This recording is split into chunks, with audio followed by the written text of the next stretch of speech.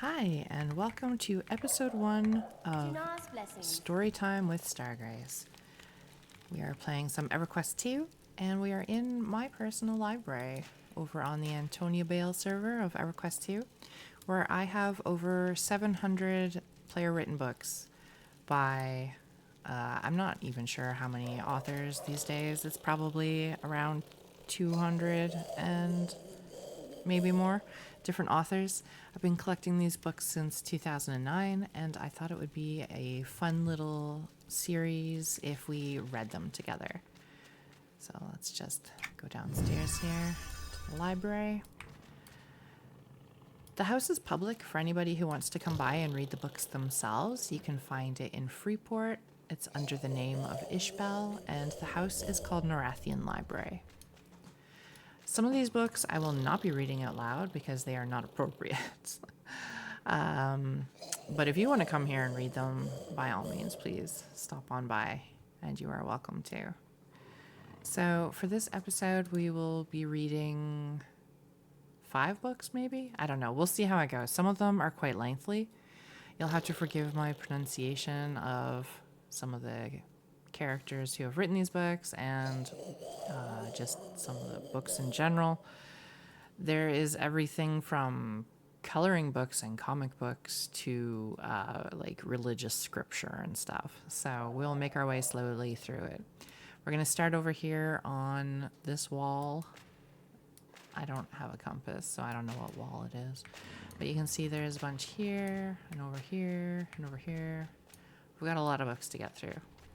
So here is episode 1 of Storytelling with Stargrace. We're going to be reading Soul's Water, Volume 1 by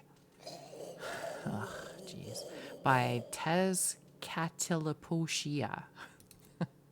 I don't know if they still play, but they used to be a person here on Antonia Bayle. So here is Volume 1 of Soul's Waters. I have no idea what kind of book this is, so if it's something inappropriate, I will cut it out of the video and do that as I go. She looked deeply within, saw herself reflected, the lines of torment etched onto her features, turning their sweetness bitter.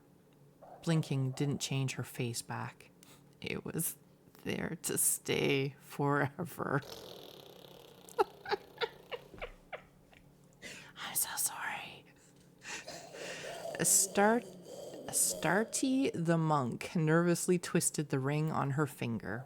It had been carefully crafted to fit her hand, but she felt it biting into flesh. An illusion, of course, just the pain playing tricks with her mind.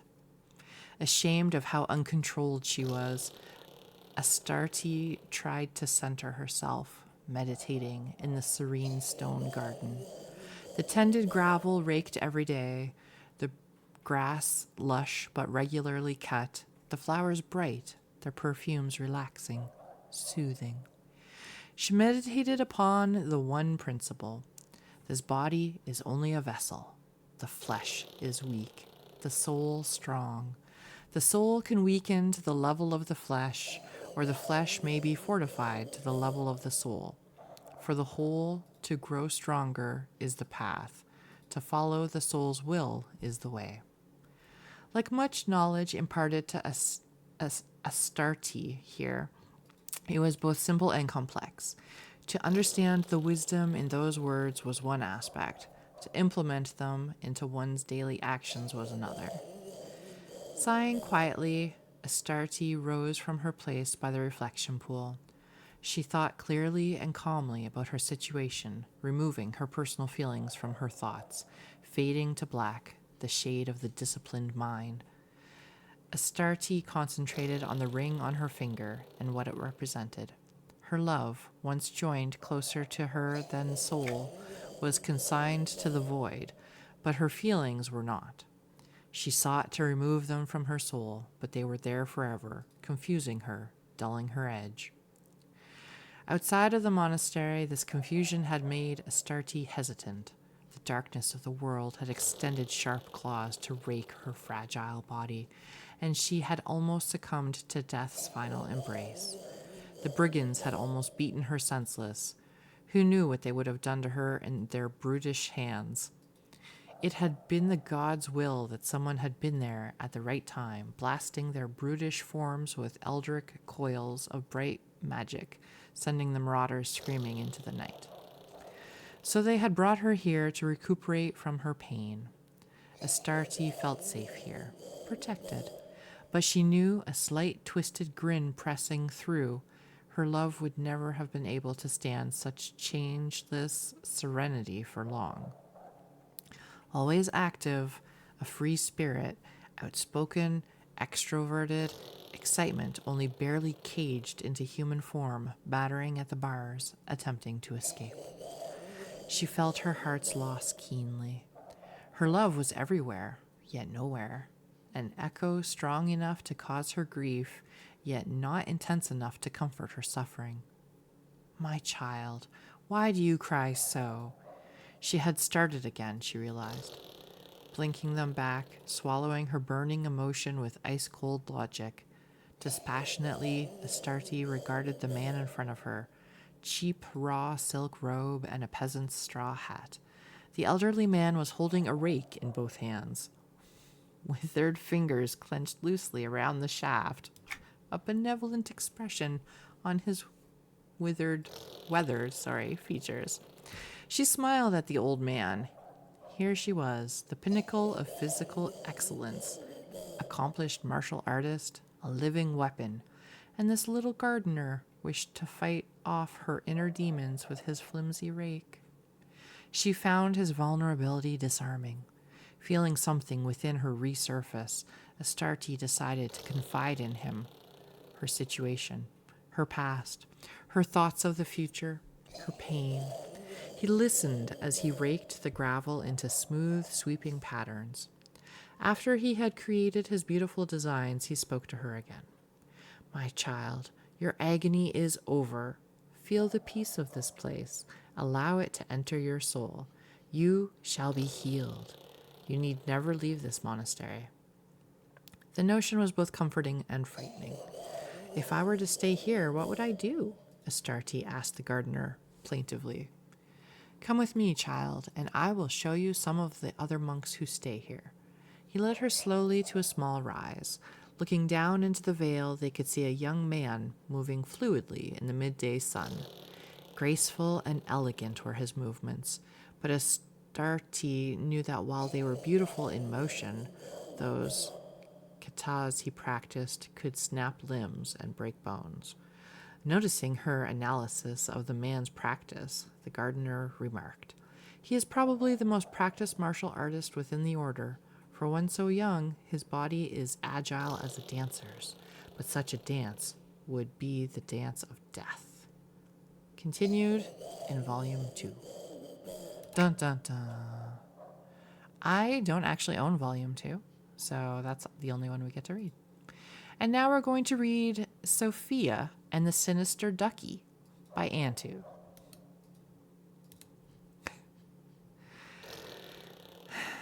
Sophia and the Sinister Ducky by Ravafi Antu Skydancer, Kanos,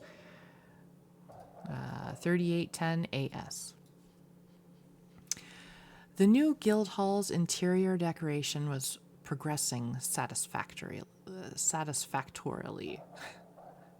All about the building, teams of workers shifted wood and stone, rugs and artwork, statues and pools, all under Virilin's direction. My apologies if that is not how you pronounce her name. Miragian created new furniture, seemingly by the gross, per Virilian's request. As day shifted into night, order arose from chaos, and the hall began to take on a semblance of an organization with both Kanosian and Phaedarchian sensibilities. Anna and Miragian huddled together, looking over the latest furniture orders, as a Kirin female entered the guild hall for the first time. Hearing the large doors close behind her, Anna turned to see who the new arrival was. Sophia, she exclaimed, recognizing the face of an old friend. Welcome back, she continued as she ran over to greet her old friend.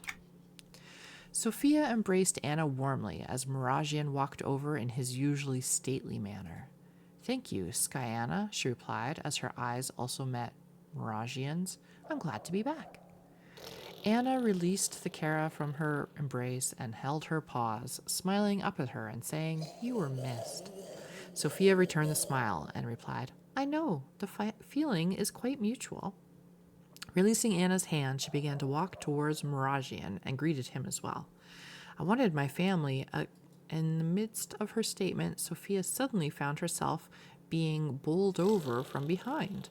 What would have appeared to a bystander to be a smallish pink blur vaguely resembling a Fairdale troubadour crashed into the Kara. The feline yelped loudly, with an indignant hiss so typical of surprise, and as she fell to the floor, her bottle brush tail seemed to stand perpendicular from the ground. Boy, that was a mouthful. As Antu, the after-mentioned pink-clad blur, leapt giggling from Sophia and scampered up to the rafters, the initial shock of the pouncing left Anna, and she began to chuckle. Moragian finished walking over and held out a hand to help Sophia up. Well, that was different, he observed. "Hello again, Sophia," he added as she came back to her feet.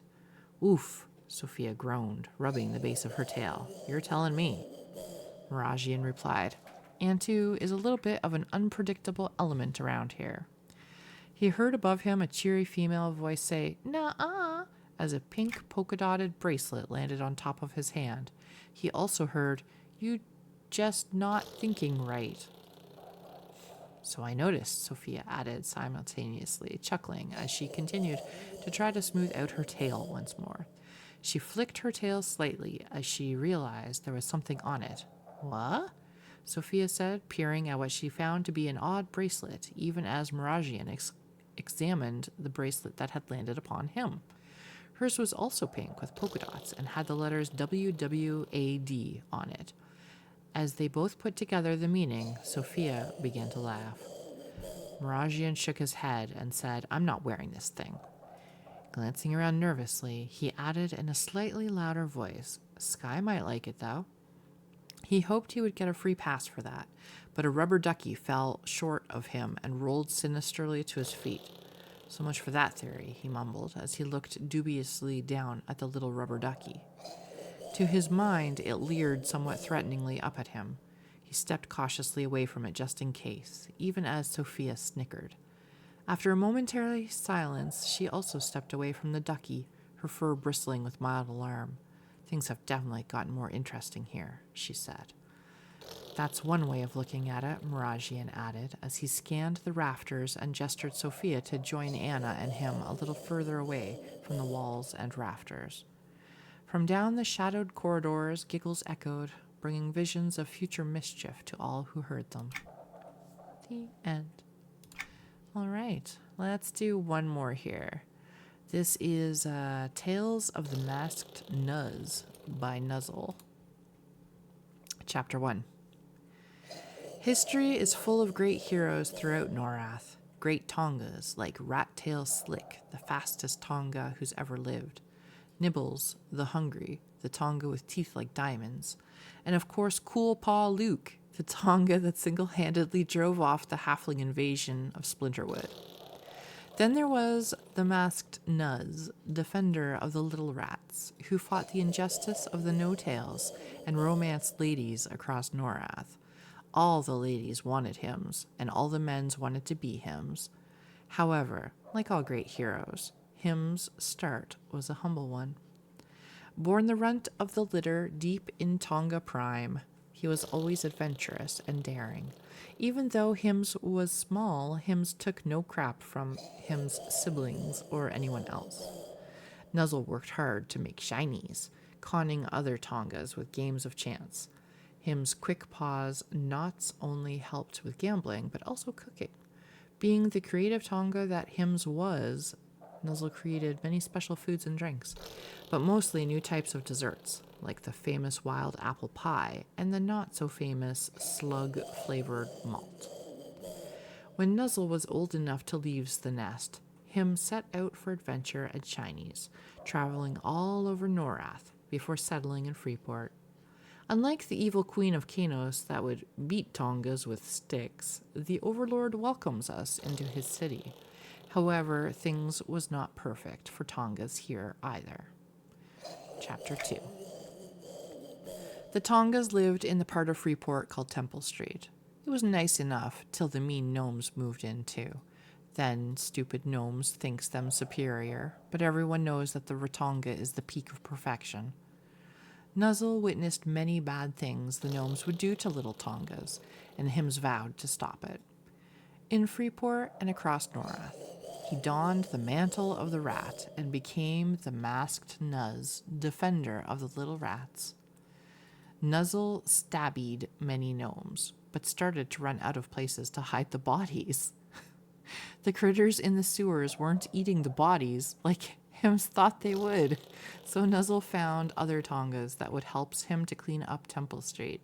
These Tongas were in a guild called Vermin. Chapter 3. The leader of Vermin was an old, we're going to blurp that word out, bleep-looking Tonga named Cooley. Next in line for Vermin was Cooley's wife, Rainey. She was a bleep Tonga that had a thing for Nuzzle, like all women did. His bothered Cooley, but Hims was too weak and in awe of Nuzzle's good looks to do anything about it. Nuzzle tried to rise in rank in Vermin, but Cooley knew that, so he made Hims an officer, but blocked all chances Nuzzle had at running Vermin. So Nuzzle came up with a plan. Hims would get a job with the Freeport militia, so Hims could have the backup of the militia in case Hims made a grab for power. Nuzzle was the first Tonga to sign up for the militia. The other members thought it was a joke, but with hard works and a few mysterious disappearances, Nuzzle quickly rose through the ranks, becoming the first Ratonga to make the rank of commandant. Hims was happy. Hims had the authority to slaps around people Hims didn't like. Nuzzle and Vermin helped lots of Tongas and defeated lots of baddies. However, Cooley started letting in no-tails. Nuzzle tried to stop him. Hims knew the no-tails would corrupt the purity of the other Tongas, but Cooley wouldn't listen. So the masked Nuz parted from these other Tongas and went on alone. While traveling through Thundering Steppes, Nuzzle saw strange horsey people beating up some poor little puppies. Hims quickly jumped in and killed the horsey peoples. The sweet puppies told him thems was gnolls, and they were being driven off them's lands by the horsey people and the city of Kanos. The masked Nuz remembered the evil stories he'd heard about Kanos and decided to help the gnolls. Thus started a bloody campaign against the horsey people and Kanos. After slaying millions of horsey people, Thundering Steppes was red with them's blood, and the gnolls rejoiced. Nuzzle was honored by the gnolls with a great feast that Hims helped the gnolls cook. While the gnolls slept, Nuzzle looked out upon Kanos, knowing it wouldn't be so easy to defeat the likes of the horsey peoples. So early morning, before the sun rose, Nuzzle swam across the ocean water to the island where Kanos was built.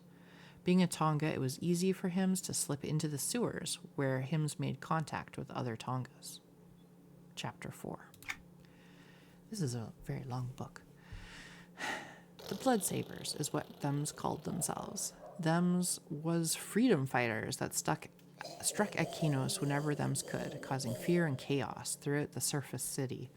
Nuzzle learned a great deal from these Tongas and helped them with the cause.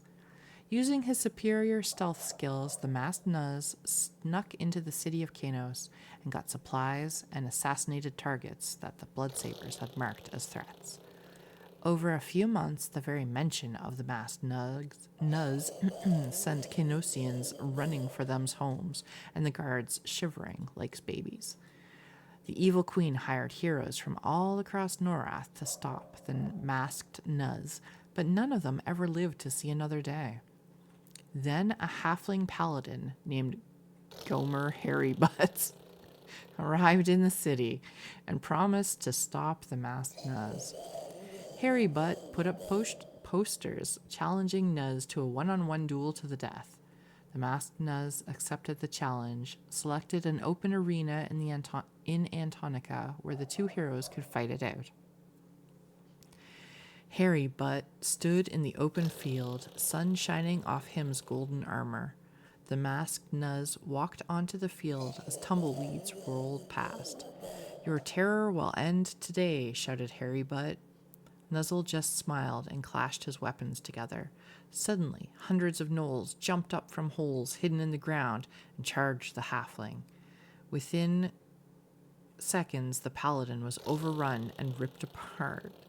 The masked Nuz slowly walked over to the remains of Harry Butt and laughed. Guess you've never fought a Ratonga before.